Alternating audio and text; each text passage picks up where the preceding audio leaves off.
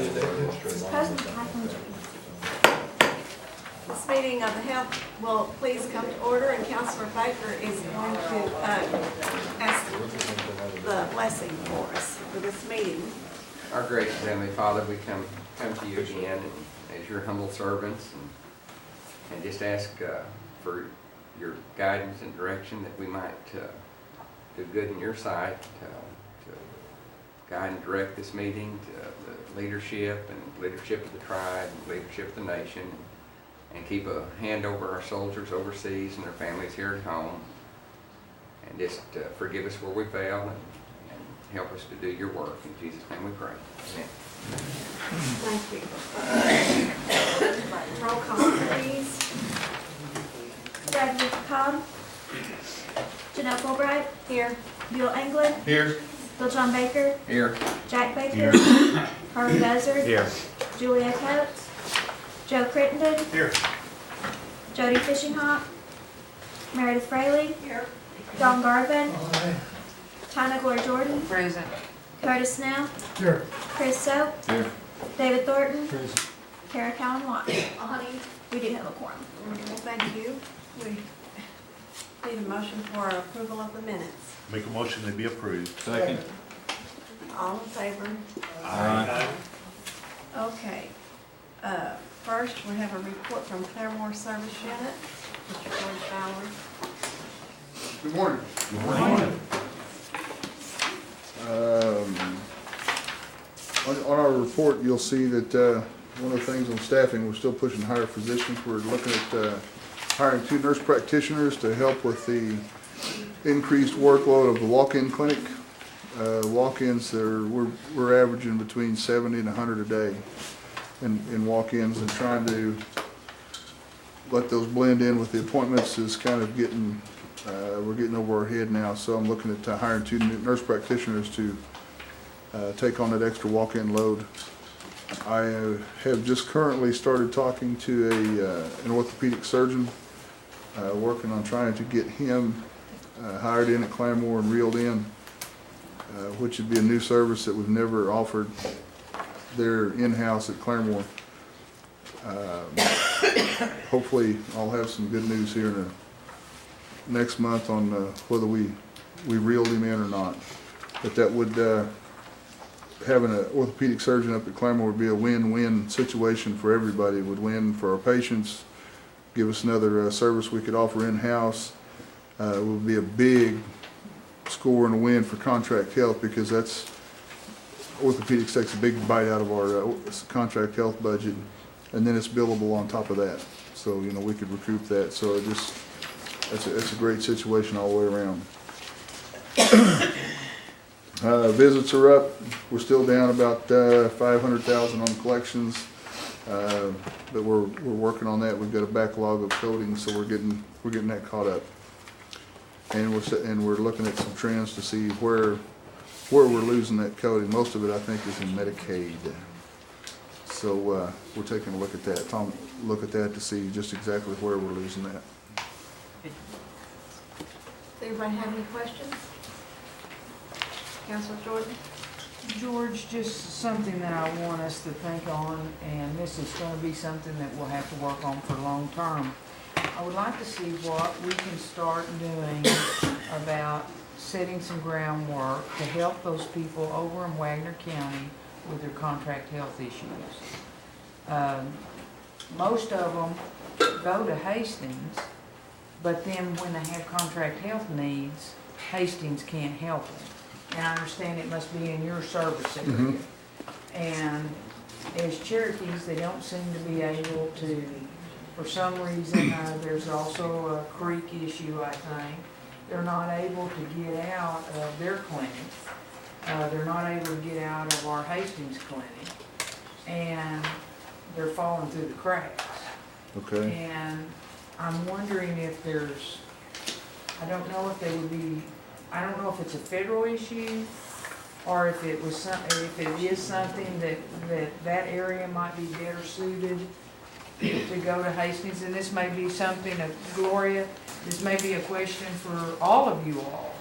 But they feel like they're in no man's land. And I wish that we could address the issue somehow.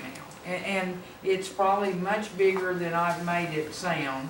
I know it's not as simple as what I'm saying, but they really do feel like their needs are not addressed by us.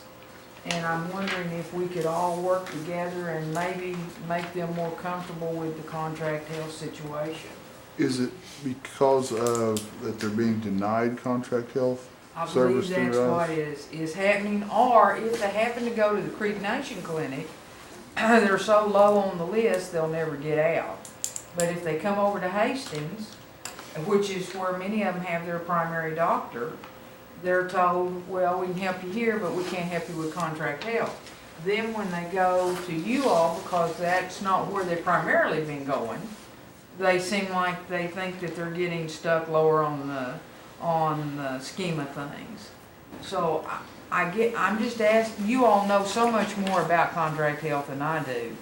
I'm just asking you, can we put our heads together and figure out how we could address the issue of making those people more comfortable with the contract health situation? And I think it's probably a question I need to pose to both of you. It is, and I was just leaning over and telling Paul, and George, you want Go to ahead. comment? We have looked at that in the past because that was defined by IHS. They defined the contract health service area. And you know, you've seen that map, it's got 18 different, colors on it. And we actually had at one point looked at what would it take to get IHS / the federal government to redefine contract health jurisdictional area. And one, it's going to take a lot of work, and then two, there's some opposition. There will be some opposition because people will view it as taking money away, but actually you're still going to provide the services. So that's, I just whispered to Paula, that's something that we can re-look at, because we face it all the time, and it's really a bad situation for patients, and you don't understand it. I mean, where I live, on this side of the bridge, I fall in Cherokee Nation, but if you just happen to have to cross the bridge, you're out of luck. And it's a matter of, we all operate our contract health services differently.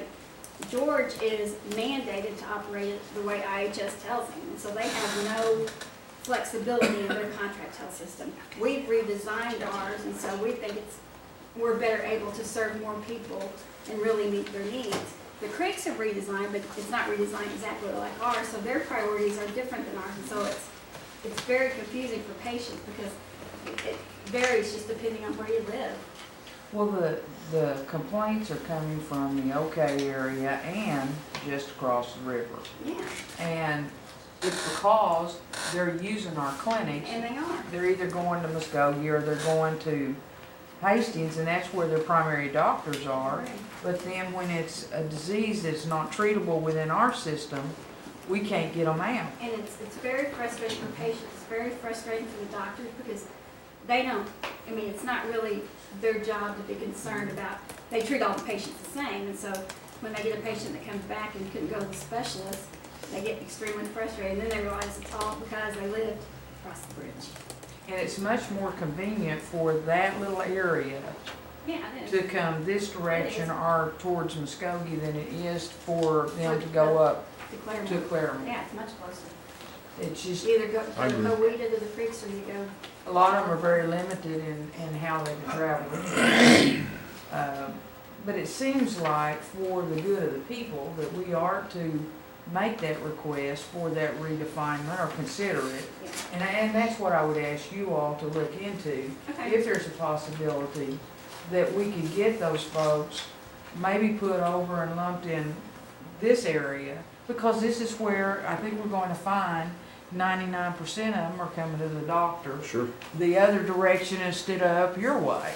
And George, you may know, and I did at one point and I've lost track, IHS was reworking their whole contract health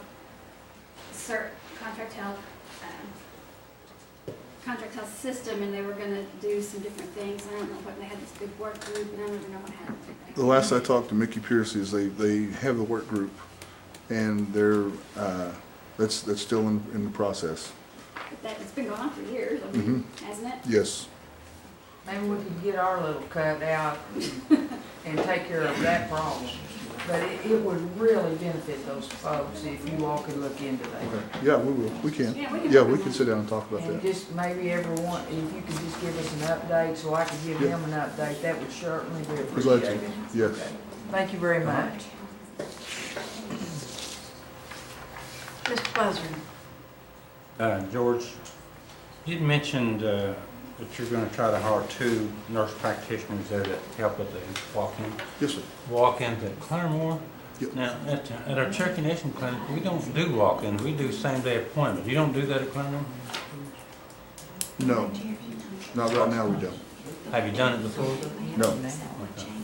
Well, I talked to Gloria and Dr. Grimm about it before, and it didn't seem to be working that smooth at the Cherokee Nation clinics, because I always get rushed. Because they get same-day appointments and they're taken up by 7:30 that morning, and you get somebody walk in at 11 o'clock. Sorry, you're out of luck, you know. We don't have any appointments left, so. Anyway, Gloria and I have discussed it, so. And that was my question, to see if you'd done it before, same day, and see if it worked. But it just seemed we're having some struggles at our clinics. We haven't done that. Now, I was at Pawnee a year before I came over to Claremore. Yeah, They had same-day appointments set up there, and they were a disaster. They didn't work. Just like you said, if you called at 10 or 11 o'clock, all the appointments are gone. yeah. If you walked in and told them you needed to see a doctor, they would literally tell you to walk back around to the front and call the nurse Yeah. to see if you could get in. Okay. And I just thought that was outrageous, that somebody sick could walk in and tell us, I need to see a doctor, and we sent them around to call. I agree. Well, anyway, you know, Gloria and I have had some discussion about it, so I'm sure they're looking into the situation now. The other thing, and I'm gonna ask Gloria about some insurance collection, but I've just noticed in yours on the third-party collection, you have private insurance and you have Medicaid and Medicare insurance. Are those secondary billings to Medicare and Medicaid, the private insurance? Are they secondary? Are they secondary bills? Somebody comes in with primary insurance, somebody that say is 67 years old and has Blue Cross Blue Shield. That's a primary insurance. Okay, now do you go back and bill Medicare and Medicaid for the extra 20%? If we know they have secondary insurance, we will attempt to bill those, So it yes. can be done? Yes. Okay, thank you. That's all. Now, the only thing about that, and I've asked before, is that what you recover off of those Mhm. is really not very much, but we will try to go Okay, go so, after so that. you can do the secondary billing, okay. Well, I noticed that, you know, you got 153,000 and almost 400,000, there's probably $500,000 that you recoup Mhm. from Yes, someone. Okay, thank you. Councilor Karen Watts. Thank you, Madam Chair. Oh, no. I never thought the 5 districts would be positive, but I guess people pay attention after these years that some people in the Cherokee Nation might be second-class citizens. So, because of contract health. So, I'm glad to see that we'll review compacting or contract health for those folks up there again.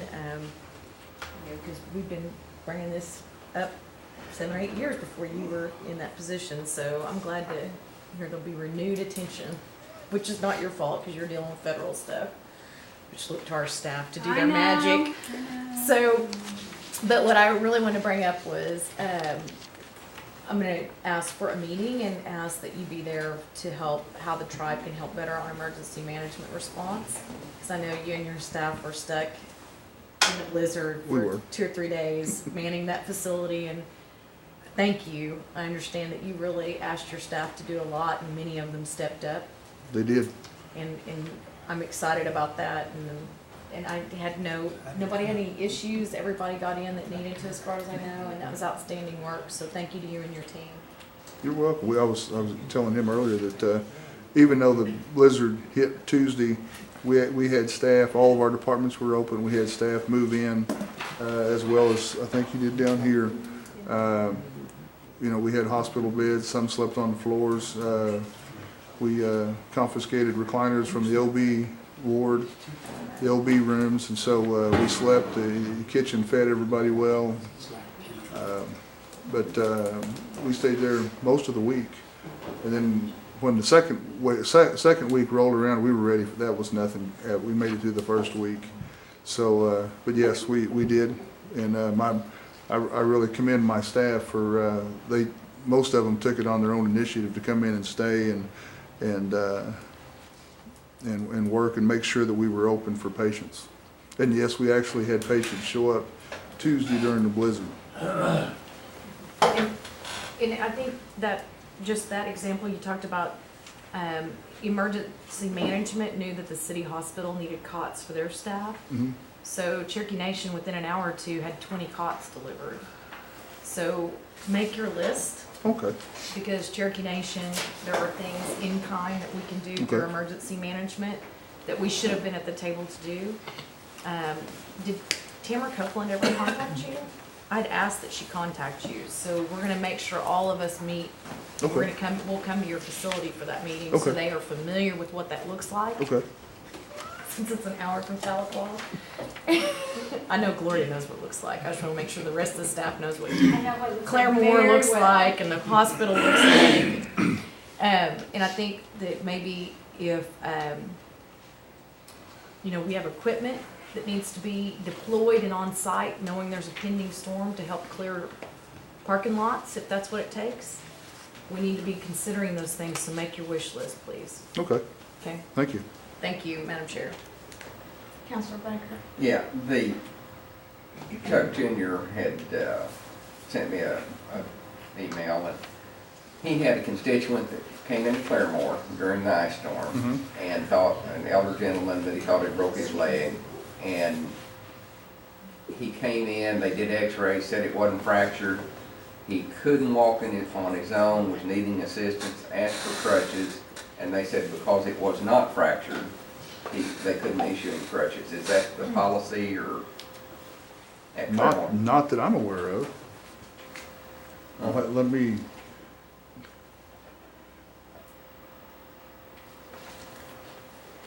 Yeah, the request was denied on the basis the crutches, because he did not have a fracture. I don't think so. When we're finished, if you would jot his name down for me, Okay. and then I'll look into that specifically. Okay. Thank you. Do we have any more questions? Okay, thank you. Thank you. Dr. Gloria Grimm. Good morning. Morning. Melissa is out today. She is in Atlanta on working with CDC, so that's a good thing. A couple of things, fortunately or unfortunately, I was out and missed most of the storm, but from the reports I've heard, at least here at the Hastings Hospital, obviously not so much at Claremore, that they did an extremely good job handling the storm. Our emergency management group worked well with health, and we did, provide cots for staff to stay there, provided meals, and had our parking lots cleared. And it's just going to make Kara mad if I continue, so I'm going to stop. But the next storm, all those wonderful things will happen at both places. I appreciate that. How's Thank that? you. So And Bill appreciates that too. I know. All my family live up there and they work there. I don't want to, So do you? I know where it's at. So, Emergency management did. emergency management is not under health, so let me go ahead and say that. But emergency management, Tamara's been very good to work with, and she's worked very good with health stuff. So they do a really good job. Otherwise, I hope everybody read the report, and I know there's a couple of questions. I know Harley has some questions about billing, so if there are any questions about the report or anything else, I go ahead and answer those. Yeah, Gloria, and you'd heard part of the conversation there with George, and this lady has called me and was telling me that we're not billing the secondary insurance for us. Well, I don't know enough about billing things to really divulge in it, but do we do secondary We do. billing? We, as George said, we routinely bill secondary insurance if we know if the patients tell us, and most patients do tell us when they have more than one insurance. There's a process, but we've actually started, and we should be able to get that to you, a report that shows how many patients have two types of insurance, and then kind of what we bill and what we collect from their primary versus their secondary. Okay, good. So because- we can get something to kind of show you that. But she was saying, well, I never get an EOB, it tells me that they bill my secondary insurance. I said, I don't think they're billing, so I don't know. But what would be nice, and Gloria, if you could, on George's report, he shows private insurance and Medicaid and Medicare, and break that down, then we can see that, and then just do one for secondary billing. If the Yeah. husband works at Cherokee Nation and the wife works at Tinker, you know, and the primary is Blue Cross and the Tinker insurance is secondary, we could see that also. Yeah, and we do, and I don't think we give you that report. We do a report where we break it down by by private insurance, Medicare and Medicaid. Okay, good. But that doesn't necessarily show secondary insurance. Okay, but if you check on that secondary insurance, because that's what Okay, yeah, that's we'll where look she at was that. coming from. Yeah, we'll look at And the that. other thing, on the reports, if you would break out the dental. I understand the dental, we're not really collecting insurances on our dental people. I We- know a lot of people don't have dental, but I think I have dental insurance. A Yeah. lot of people do, they just don't collect them. And if you look historically with us, the amount of services that we provide, we get about 10% of that back. So it's like 10 cents on the dollar that we get. And it's large part of it is because so many people don't have dental insurance. But as a general rule, if we provide $1 million worth of services, we get about $100,000 back in insurance. But we can show you our dental. Okay. If you would, that would clear Yeah, up some that'd be- things, to just break it out, Medicaid, Medicare, second party billing, and then dental. And so, Okay, we'll do that for you. thank you. You're welcome. Counselor Thornton. Laura, I just kind of want to make a comment here Yes. after what's been brought up a time or two. Anyway, I know a student at Northeastern Cherokee, and here about 5 weeks ago, he was running across, stepped in the hall. They went over here to Hastings. He'd never had a chart there. They charted him in. He saw a doctor. They x-rayed it. He didn't have a break. He had a bad sprain. It was bruised real bad. You can see it from outside. But anyway, they did give him crutches when he left the hospital. So they're actually giving out crutches over there if you don't have a fracture. So I just want Good deal. to make you aware of it, Good okay? deal. We get so many of these stories, you know, That's a good story and then. that's a good story, okay? Thank thank you. you. Does anyone else have any questions? Well, I have a comment. The staff is to be commended down at Redbird Smith. They installed the robotics down there at the pharmacy, and they had a lot of problems. They worked weekends, worked nights, and brought extra people in, and then the storm sort of compounded the problems, but it's all basically been worked out. Things are a lot better, so Good, good. I'm going down there tomorrow afternoon, so. good. We appreciate all their hard work. Counselor Christo. Yeah, Terry mentioned robotics, and I was just thinking about the robocalls that are being made to remind patients of their appointments. Is that working out well? Are you seeing an increase? People keeping their appointments, or? It is. We had used that at Salina specifically about 10 years ago, and then there was just a short period, a couple of years where we quit using it, and then we started it, and we're starting to do it more at more facilities. And we really have, we've looked, and we've actually looked to see if that decreases the no-show rate, and it does, because people can actually opt, say, no, I'm not going to be able to come. And so that has done a better job of helping patients keep their appointments. Thank Speak for you next.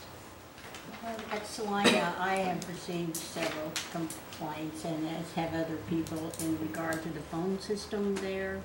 I realize it's new. Are we still working out the Bugs? yeah, the We kinks? we are, and it's the same phone system that we all use here. Part of the problem, from my understanding, is a little bit of it had to do with the Salina Spavinal, phone system and how many lines, actual lines we have running into that facility. But I think that those issues are getting resolved. And then the second issue is and I'll just speak for myself, I didn't get any, you shouldn't think you need training on how to use the telephone, but those phones are actually fairly require a fair amount of, it's not just a simple, and so we've tried to get everybody trained up to be able to use it appropriately. So if it continues like in the next month, Yeah, and I know Let us- Mr. Buzzard has also let received let some- us know, because those should be getting better. Yeah, just to follow up on what Ms. Frags, I got a call, a constituent lives up in my area. He apparently uses Salina Clinic, and he was expressing the same thoughts that sometimes it just goes dead, he told me, so that's probably right. So I'll tell him. Yeah, what's so going on. those should be getting, but if they're not, let us know, because, they're supposed to be fixing all those. And I just had one more comment. This lady was saying that, I know we go back to pharmacy refill, we do it every 30 days or up to 30 days, but she says that she can get 90 days pharmacy refill on her insurance. But I think it's on certain drugs. It is. But we don't do that at our clinic. We don't, and here was our rationale, because we had a lot of discussion about that, because there are some, even with Medicaid, there are some medications that you can get a longer supply of, but we wanted to try to be, and this was the rationale, try to be equitable to everybody, so that everybody got 30 days instead of based on whether you have insurance or whether you don't have insurance, you get 90 days or 30 days. The one thing we're really going to try to encourage people to do, and my mom started, she goes to Salina, and she's actually started doing it, and that's how I know whether stuff works or not, because she tells me, is she started doing the mail order, and she says it's worked really well for her. She said she gets it, she said, I was surprised, it really works. Every 30 days, she calls in, she gets it, and she said it's been timely and she hasn't had any issues. So we're really going to try to encourage patients, because it is inconvenient to come in every 30 days. So we're going to really encourage patients to use the And mail I've order. encouraged patients, I said, all you gotta do is pick up the telephone. I said, you don't have to walk inside and sign up and you're there. So- Okay, well, those are some comments to take into consideration. Thank you. Have any more questions? Thank you for the good report. Thank you. Have any announcements? Have a motion to adjourn? Make a motion with adjourn. Second. Second. All in favor? Aye. All right, we're adjourned.